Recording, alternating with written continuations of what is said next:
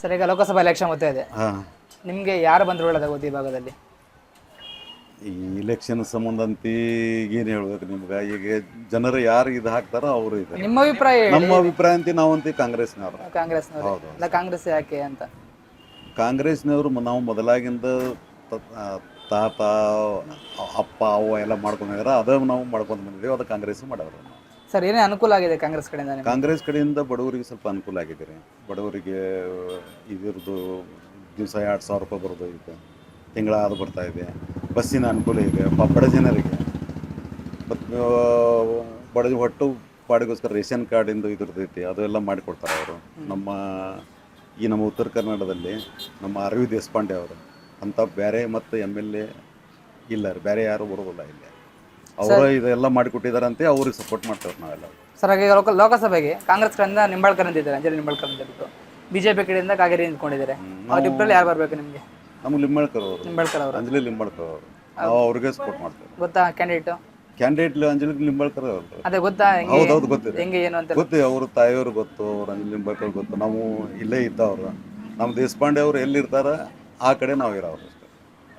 ಇದಕ್ಕೂ ಮುಂಚೆ 6 ಬಾರಿ MP ಆಗಿದ್ದು ಅನಂತಕುಮಾರ್ ಹೆಗಡೆ ಅವರು ಏನೇ ಮಾಡಿದ್ದಾರೆ ಸರ್ ಈ ಭಾಗದಲ್ಲಿ? ಇಲ್ಲ, ಅವರು ಅನಂತಕುಮಾರ್ ಹೆಗಡೆ ಅವರು ಒಳ್ಳೆಯವರ, ಆದ್ರೆ ಭಾಷೆ ಅವರು ಒಳ್ಳೇದಿಲ್ಲ.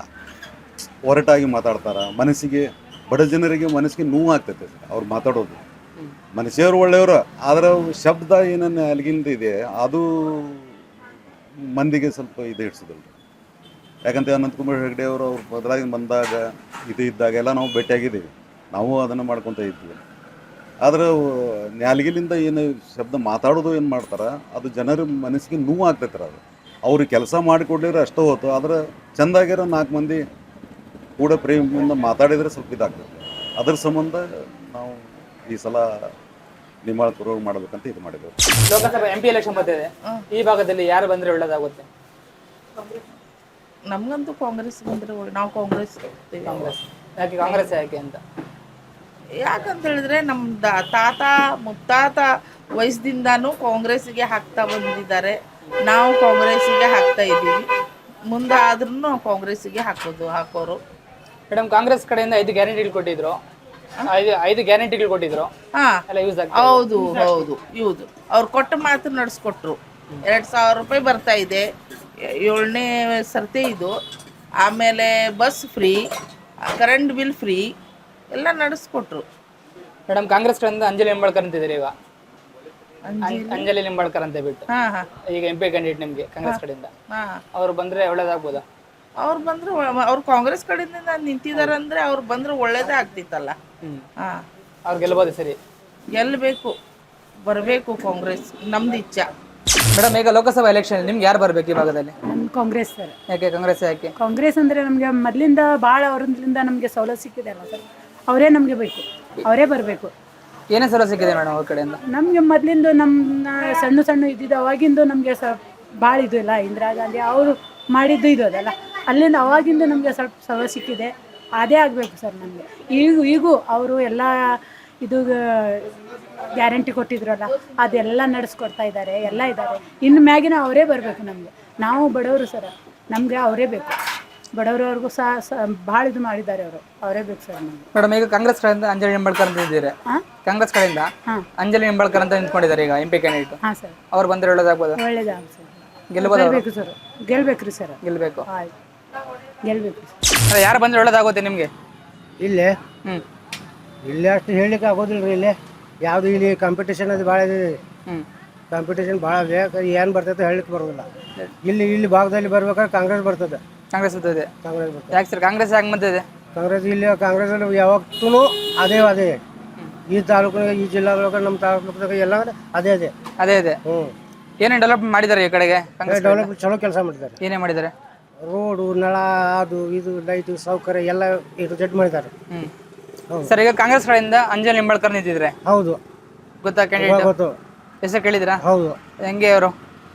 ಅವರು ಈಗ ಹೊಸದಾಗಿ ನಿಂತಿದ್ದಾರೆ, ಮೊದಲು ಇದಕ್ಕೆ ನಿಂತಿದ್ರು ಆರ್ಸ್ ಬಂದಿದ್ದಾರೆ. ಕರೆ ಈ ಸಲ ಅವರೇ ಬರ್ತಾರೆ ಅಂತ ಗ್ಯಾರಂಟಿ ಹೇಳ್ತಿದ್ರೆ. ಅವರೇ ಬಂದಿರೋ ಗ್ಯಾರಂಟಿ ಹೇಳ್ತೀರಾ?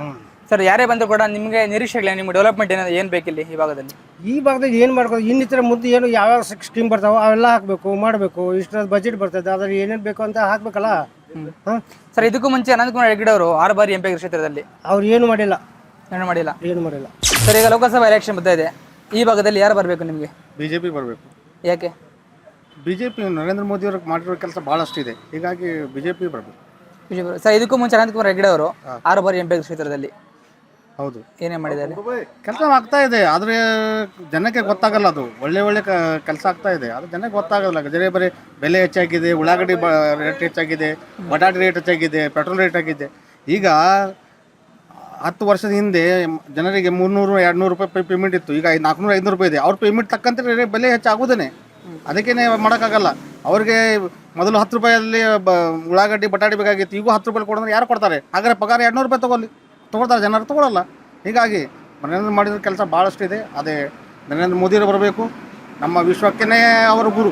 ಹೀಗಾಗಿ BJP ಬರಬೇಕು. ಸರ್ ಈಗ ವೋಟ್ ಮಾಡೋದು ಒಂದು ಪಕ್ಷ ನೋಡ್ಕೊಂಡ, ವ್ಯಕ್ತಿ ನೋಡ್ಕೊಂಡ, ಅಭಿವೃದ್ಧಿ ನೋಡ್ಕೊಂಡ? ಇಲ್ಲ, ಪಕ್ಷ ನೋಡ್ಕೊಂಡು, ಅಭಿವೃದ್ಧಿ ನೋಡ್ಕೊಂಡು. ಅಭಿವೃದ್ಧಿ ನೋಡ್ಕೊಂಡು. ಈ ಭಾಗದಲ್ಲಿ ಯಾರು ಬಂದ್ರೆ ಒಳ್ಳೇದಾಗುತ್ತೆ? ನಮ್ಮ ಏರಿಯಾದಾಗ ಸರ್, ನಿಮ್ಮ ಏರಿಯಾದಲ್ಲಿ ಕಾಂಗ್ರೆಸ್ ಬಂದ್ರೆ ಚಲೋ. ಯಾಕೆ ಸರ್ ಕಾಂಗ್ರೆಸ್ ಯಾಕೆ? ಯಾಕಂದ್ರೆ ಸ್ವಲ್ಪ ಇದು ಜಾಸ್ತಿ ಆಗಿದೆ. ಅಲ್ಲ, ಅನುಕೂಲ ಅಂತ ಏನು ಮಾಡಿದ್ದಾರೆ ನಿಮಗೆ ಏನು ಸರ್? ಕಾಂಗ್ರೆಸ್ ಕಡೆಯಿಂದ ಏನೇ ಅನುಕೂಲ ಆಗಿದೆ ನಿಮಗೆ? ಅನುಕೂಲ ಅಂದ್ರೆ ಸರ್ ಇದೆ ಸರ್, ಇದು ತಿಂಗಳಿಗೆ ಒಂದು 2,000 ರೂಪಾಯಿ ಕೊಡಾಕ್ತಾರೆ ಸರ್ ಅವರು.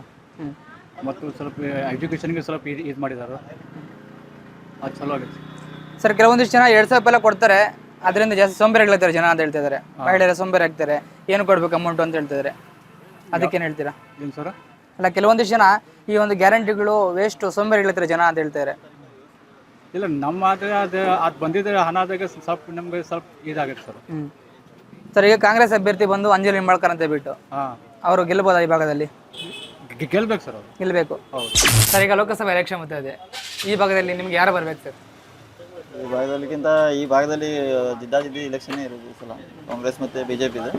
ಬಟ್ MP ಇಲೆಕ್ಷನ್ ಇರೋದ್ರಿಂದ ಮ್ಯಾಕ್ಸಿಮಮ್ ಟಾರ್ಗೆಟ್ BJPನೇ ಈ ಸೈಡ್ ಮಾಡ್ತಾ ಇದ್ದಾರೆ. BJP ಇದೆ ಎಲ್ಲ, BJPನೇ ಯಾಕೆ ಬರಬೇಕು ಅಂತ ಸರ್? BJP ಎಲ್ಲ ಡೆವಲಪ್ಮೆಂಟ್ ಅಭಿವೃದ್ಧಿ ಕೆಲಸಗಳು ಆಗ್ತಾ ಇದೆ, ದೇಶಕ್ಕೋಸ್ಕರ ಎಲ್ಲ ಜನರಿಗೆ, ಯುವಕರಿಗೆ ಆಯಿತು, ಆಮೇಲೆ ಸ್ಮಾಲ್ ಸ್ಕೇಲ್ ಇಂಡಸ್ಟ್ರಿಗೆ ಆಯಿತು, ಕೆಲಸಗಾರರಿಗೆ ಲೋನು ಅದರ ತುಂಬ ಮನೆಗಳಿಗೆ ಆವಾಸ ಯೋಜನೆ ಆ ಥರ ಮನೆ ಸ್ಕೀಮ್ಸ್ ಎಲ್ಲ ಮಾಡ್ತಾ ಇದ್ದಾರೆ. ಕಾಂಗ್ರೆಸ್ಸಲ್ಲಿ ಕೂಡ ಒಳ್ಳೆ ಕೆಲಸಗಳು ಆಗ್ತಾ ಇದೆ, ಅದಕ್ಕೇನಿಲ್ಲ. ಬಟ್ ಡಿಪೆಂಡ್ ಅಪಾನ್ ಜನಸ್ ನೋಡಬೇಕು ಈಗ ಯಾವ ಸಲ ಮಾಡ್ತಾರಂತೆ. ಬಟ್ ಮ್ಯಾಕ್ಸಿಮಮ್ ಆಗಿ ಈಗ ಮೋದಿ ಪ್ರಚಾರ ಜಾಸ್ತಿ ಇರೋದ್ರಿಂದ ನಾಡ್ದೀಗ 28 ಶಿರ್ಸಿಲ್ಲೂ ಕೂಡ ಮೋದಿಯವರು ಬರ್ತಾ ಇದ್ದಾರೆ. ಸೊ ನೋಡ್ಬೇಕು ಈ ಸಲ ಯಾವ ಥರ ಆಗ್ಬೋದು ಅಂತ.